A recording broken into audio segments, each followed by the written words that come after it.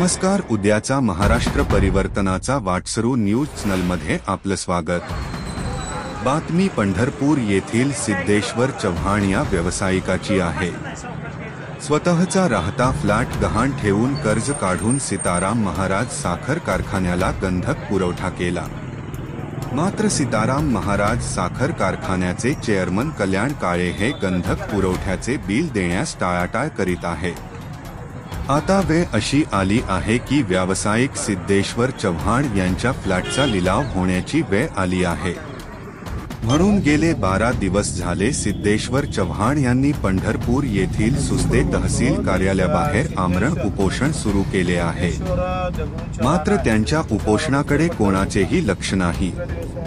कल्याण काळे यांनी आजपर्यंत अनेकांना फसविले आहे। सरकारने या प्रकरणी चौकशी करणे गरजेचे आहे। कल्याणराव काळे साखर कारखान्याचे नाव आहे सीताराम।